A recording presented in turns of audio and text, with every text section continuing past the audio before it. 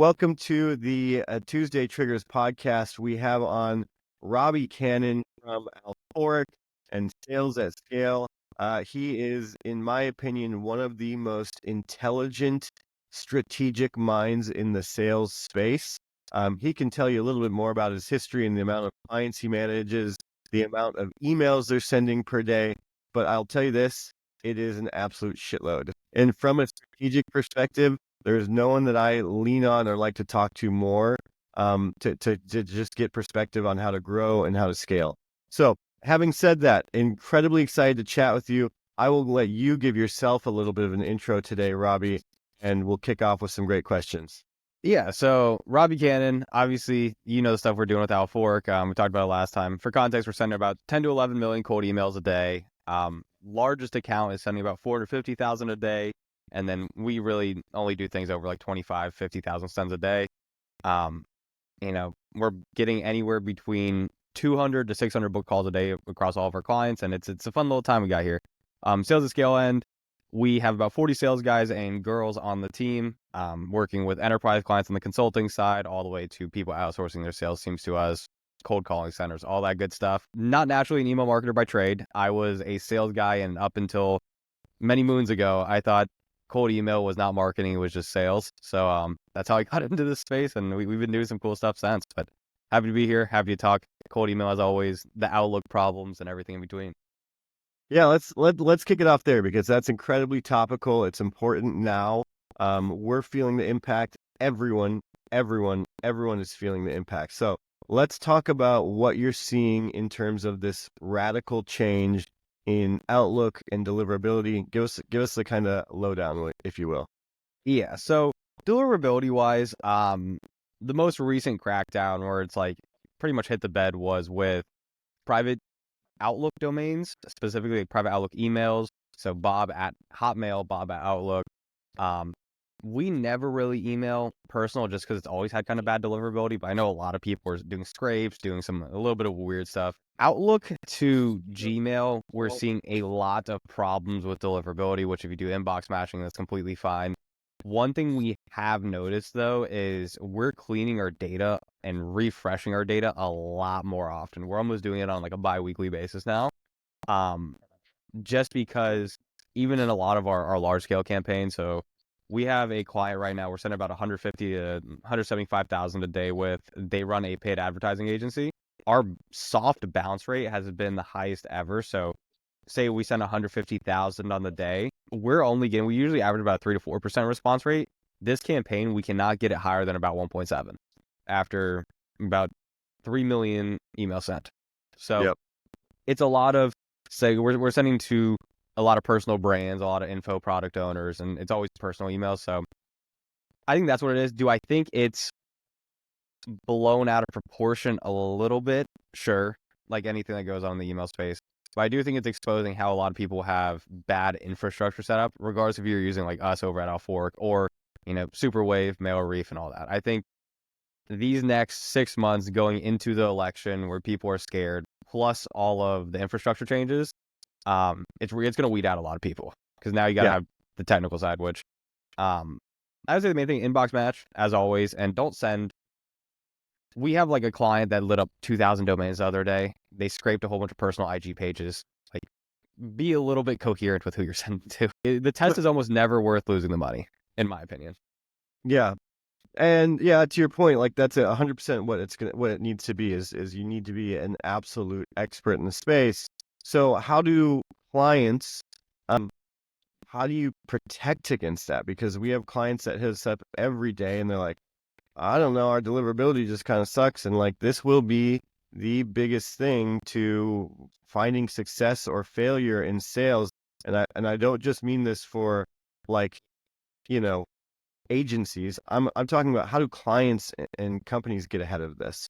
Yeah, I think a big part of it, kind of what we talked about last episode of, too many people are getting lazy prospecting or just wanting to only send emails to book sales calls. I think we went from the era of cold calling to, the LinkedIn social selling craze to, oh my God, cold email is the next big thing.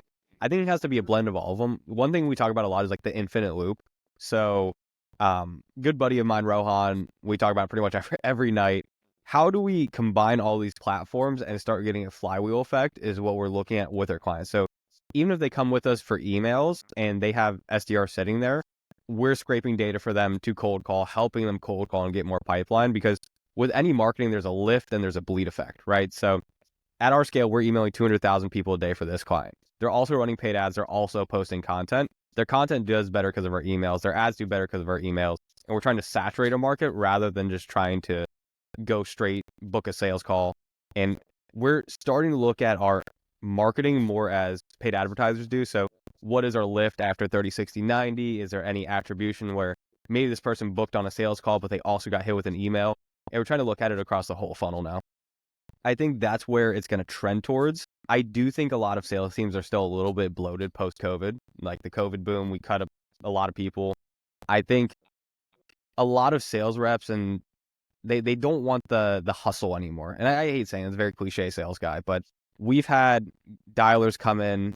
Yeah, I followed up with 3,000 leads. You go check the CRM and they maybe made 20 dials. And I think there's going to be a big pivot back on client-facing sales team side of things to have more of that, not necessarily boiler room, but, 2016, 2017, 2018 style sales team where, you're bootstrapping, your sales guys are in office, similar to like what WAP is doing, if you know WAP, Christian. All I of their don't. sales reps are in person in New York, and they're just all outbound DMs on socials. And they have like 40 or 50 sales guys just DMing all day. I That's think we're going to crazy. pivot back to that for more bootstrap companies. Yeah. I certainly think that everything is cyclical. I mean, I remember in 2018 when we started using Apollo and saying, hey, like this is going to come full circle. Like direct mail is going to make a comeback. And, that is not necessarily come to fruition. But what has come is yes, you need to be like multi-channel. You need to have a holistic approach. You need to be doing everything, because what we're seeing is like getting people to book a meeting is well, maybe a bad analogy, but death by a thousand paper cuts, right? Like they Yeah. need to see you across all of these different channels until eventually they push over. So it's incredibly important that people are leveraging other channels. Are you guys focused mostly on cold email, or are you doing any other channels for other people? Are you doing any other channels for yourself? Yeah. So we primarily focus on email. I know we kind of hit on the deliverability side, like how do you deal with that with clients? One thing I'll say is like we just had probably 20, 30,000 domains just go down. So obviously do the math on the numbers. Any given month, we're paying a pretty penny, you could say, on just refreshing domains to get around that deliverability. We sell on deliverability on the front end, which I feel like we're great at over at Alphoric. 99% of the clients don't really care. They just want to see the response rate. So it's kind of in your jurisdiction to say, hey, are we hitting the inbox? Are we not? Yep. What channels are we using? So one we've been building out a lot is outbound DMs, specifically on Instagram. And it's very, very targeted. So it's instead of going to somebody's LinkedIn where you have a million people saying, hey, Christian, love to connect, and then it's just like a pitch, we're going over to their Instagram and trying to see if we build it a little bit more personal and then follow on LinkedIn. We are doing a lot more events. So obviously going to GHL here in about, I think it's the 22nd to the 25th, have another event at the start of November down in Miami. I'm traveling about 3 to 4 times a week now. That is a month. We're trying to get in person because there's not many, as cold emailers, if we want to call us a collective unit, we do a really good job at cold emailing to get business. The problem is there's a whole group of people where they don't even understand cold email could work. They're just like, hey, it's spam. But if you sit down with them in person and explain and show them, we're winning some fairly large contracts, like in the real estate space, for example, that if we ever emailed those companies as a whole, they wouldn't even entertain us. Yeah. I think another big push too is not necessarily using a different channel. It's how do we use the channel? So you do the direct response, book a call. There's also just general saturation, pushing lead magnets, getting affiliates, getting partnerships, and seeing how we could diversify our use of emails. Because ultimately all an email is cheap traffic, cheap eyeballs. It doesn't matter what you send to it. It's just make sure your conversion mechanism is good. So that's a big push we've had because, we've got hit with, are you interested in a chat so many times as a market? I think we're going to have to get more creative on the front end sales funnel. Yeah. And less people are wanting to get on a disco call. Yeah. Email fatigue is a real thing. We're all sick of it. So Yeah, like, you need to think of unique ways around it. And yeah, totally valid perspective. Yeah. I think that we've found, so people will kind of like, some people will, I don't know, purists will rip on this, but we've found, I think incentive campaigns are really good ways to start opening that conversation. And people don't want to hear it, but like, not all some sales are done just by being different and like coming at it with a unique or fun perspective or a refreshing perspective. Like, because people's inboxes, I think they say it's like 50x more full than it was 2 years ago, which is wild, but it's totally true, right? Mm-hmm. And so, I don't know, like we're doing a campaign where we take people's LinkedIn pictures and we turn them into superheroes and we send them a message. So just like, I think that creativity is one element of it. Taking an omni-channel approach is another element of it. And tapping into those old channels that like you really didn't want to do, like cold calling and getting back to some of those are going to be really effective strategies in the coming years. Now, to each their own, right? You may say Yeah. like, screw you, I would never do that, but that's what we're seeing success in is for us, right? So on that note, question for you, like what when you guys are picking up a new client, so let's say that someone listening here is a business and they're wondering if this is a channel that might work for them, let's just say cold email. Like what are the things the boxes they need to check in their head, or what are the metrics that you're looking for when you're having a conversation with them to say, hey, this client for sure is going to work with cold email, or this client might work with cold email. Like this client's going to have a real tough time with cold email. Yeah, I think it goes back to what's the objective of like what they're trying to solve. If it's purely revenue, are you selling B2C, right? We don't work with anybody B2C just because, compliance, GDRP, all that great stuff. Outcome wise, we've had people come to us where, hey, Robbie, will it work? And they just want to do JVs, right? Their affiliate manager wants 10 new affiliates a month, which is super easy to get over cold email. So I would say look at what you're trying to do, and do you need to get in somebody specific for your outcome? I always look at sales cycle length as well. Almost always, we see time and time again, like in the groups we're both in, hey, I'm just signed on this enterprise client that does paper manufacturing.